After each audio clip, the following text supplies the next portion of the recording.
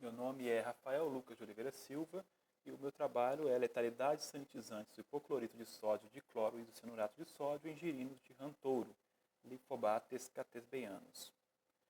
Meu trabalho ele foi feito, obviamente, com o girino da rantouro. Dentro da ranicultura, o sistema produtivo de carne de rã, o setor de girinagem é o setor que tem como responsabilidade prover imagos em qualidade e quantidade suficiente para o setor de crescimento e engorda. E é por isso que é preciso ter uma atenção com a incidência de doenças, com a sanidade dentro da girinagem. Aqui nós temos um tanque de criação de girinos. Vocês podem ver que tem bastante girinos em toda a extensão do tanque, mas percebam que a água do tanque é bem esverdeada. Isso indica que existe uma proliferação de micro-organismos fotossintetizantes sobre a água. Agora observem a profundidade desse tanque. É um tanque bastante profundo. Portanto, a luz solar pode não incidir no fundo do tanque. Isso pode favorecer que no fundo do tanque há um crescimento e proliferação excessivo de bactérias gram-positivas, por exemplo. Na aquacultura, todos nós já conhecemos os danos, os problemas causados pelas bactérias gram-positivas, doenças, tanto em peixes quanto em girinos. Aqui eu tenho outro tanque, dessa vez retangular, os externos girinos são maiores, estão em estado de desenvolvimento mais avançado. Vejam que aqui tem uma bancada, uma área que é mais rasa, não é que não é tão profunda, mas no centro do tanque, vocês veem dentro desse retângulo aqui, a cor diferente, porque é mais profundo dentro do tanque. Isso indica que essa profundidade é comum que o excesso de ração ela decante nesse fundo e como tem muito micro-organismo crescendo, fermentando esse excesso de ração, quando o girino come essa ração do fundo, ele ingere uma carga microbiana muito alta e ocorre nele uma doença chamada timpanismo gasoso dos girinos, que tem alta mortalidade. Aqui um outro tanque de girinagem, percebam que tem a presença de macrófitas aquáticas, né? Essas macrófitas geralmente são colocadas pelo ranicultor. O ranicultor gosta de colocar macrófitas no tanque de girinagem porque ele associa a biologia do girino à presença dessas macrófitas. O problema é que essas plantas são coletadas em tanques, rios, lagos, corpos d'água e elas podem trazer patógenos para dentro do sistema. Então o produtor, sem querer, ele introduz o patógeno, uma doença nova, dentro do seu setor de girinagem. Aqui, por exemplo, nós temos um tanque de decantação, né, onde vai para a água residuária do ranário. E depois essa água ela é lançada para o rio, um efluente mais próximo. O problema é que se algum animal escapa do ranário, um girino, uma desova, um animal pós-metamórfico, ele vai cair no ambiente, ele vai escapar, ele vai causar um grande impacto ambiental. O ideal é, portanto, que essa água que sai, essa água escoada, essa água residuária, seja colocada no reservatório e ocorra um tratamento de efluente, para evitar que esses animais escapem e sejam inseridos no ambiente. Aqui eu cito duas doenças emergentes e de importância dentro da ranicultura. A primeira é a ranavirose, ou ranavírus, né, que causa essa necrose de tecido, né, essa vermelhidão, tanto girino quanto pós-metamórfico. É uma doença que causa mortalidade e tem importância emergente na ranicultura.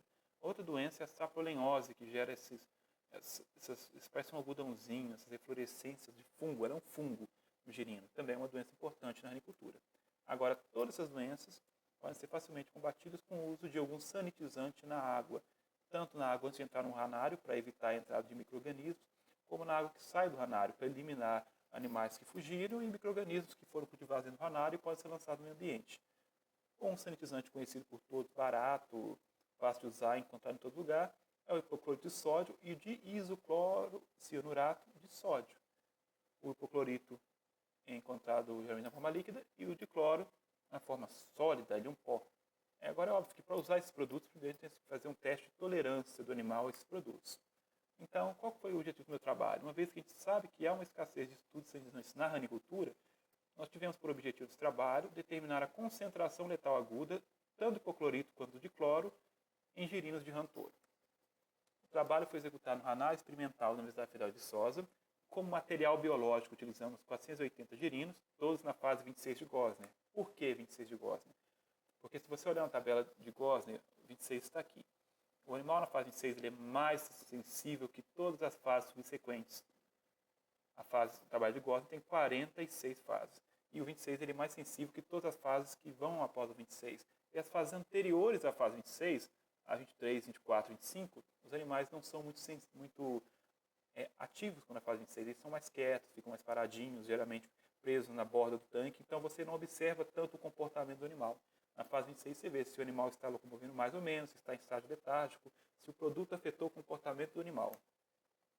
Basicamente, nós utilizamos a metodologia recomendada pela OECD em 2019, né, que é esse teste número 203, o teste para toxicidade aguda em peixes, mas nós adaptamos para os ingerinos. Feita da seguinte forma: utilizou-se 40 caixas de polietileno, né? E essas caixas elas tinham, cada uma delas, 12 litros de água, cada uma. E dentro também foi colocado 12 girinos, portanto a densidade era de 1 girino por litro. 40 caixas, cada caixa com 12 litros de água e 12 girinos. Os tratamentos utilizados foram para hipoclorito 1 ml por litro, 0,8, 0,6, 0,4, 0,2 ml por litro e o tratamento controle do hipoclorito. Para o dicloro isocianurato, os tratamentos foram 300 mg por litro, 225, 150, 75 mg por litro e 0 mg por litro, tratamento controle do dicloro. Os animais ficavam nas caixas 24 horas antes do experimento e durante o experimento a temperatura era controlada para 27 graus Celsius e o fotoperíodo de 12 horas de luz, 12 horas de escuro. Os animais mortos foram removidos e incinerados. Com os dados coletados de mortalidade, nós calculamos as concentrações para a máxima tolerância, letalidade média e letalidade total do lote.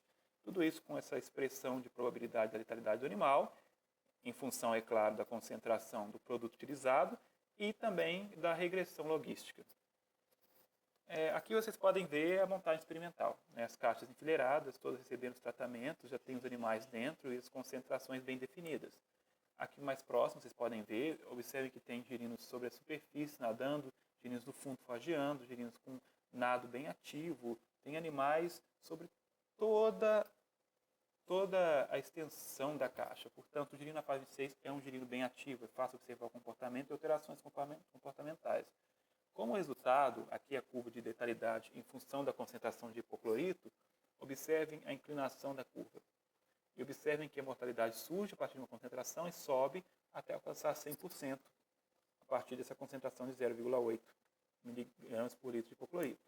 Já na curva de mortalidade por dicloro isocianurato de sódio, o que acontece é diferente. Não há registro de mortalidade nessas concentrações mais baixas. A partir de 250, entre 200, a concentração é total. Então, se você compara essa com essa curva, duas observações. Primeiro, para o hipoclorito, 10% de mortalidade após 18 horas em 0,4 ml por litro de hipoclorito na água.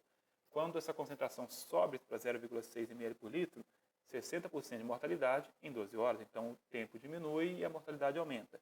Quando a concentração aumenta para 0,8 ml por litro, todos os animais morrem em menos de 6 horas. Então, a mortalidade aumenta e o tempo de resistência diminui.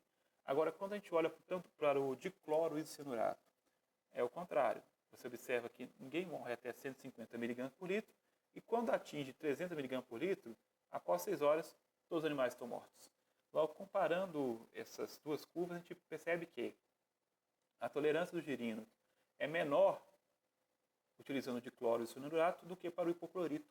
Portanto, ao utilizar o dicloro isocianurato, tem que tomar mais cuidado com as concentrações, porque diferente do hipoclorito, a mortalidade dos animais ela não vai aumentando conforme a concentração. No dicloro, ela chega no nível e é 100% de mortalidade do lote. Como conclusão, com base nos nossos cálculos, é que a concentração máxima tolerada de hipoclorito e por dicloro isocianurato especificamente será concentração máxima tolerada para hipoclorito 0,2 ml por litro e para o dicloro 150 mg por litro. Isso quer dizer que para usar esses produtos para tratar a água antes de entrar no sistema de produção, antes de entrar no ranário, sem que ocorra nenhuma mortalidade, essas são as concentrações máximas que se pode utilizar. A concentração letal média, 96 horas, para o hipoclorito é 0,52 ml por litro e para o dicloro isocianurato 225 mg por litro. Já a concentração a letalidade total é, para o hipoclorito, 0,8 ml por litro e 300 mg por litro. Portanto, para tratar a água residuária que sai do setor produtivo, essas são as concentrações que podem ser utilizadas para não haver animais fugitivos vivos inseridos no ambiente e reduzir a taxa microbiana do resíduo. Nosso trabalho foi executado com a Universidade Federal de Viçosa e do Departamento de Biologia Animal.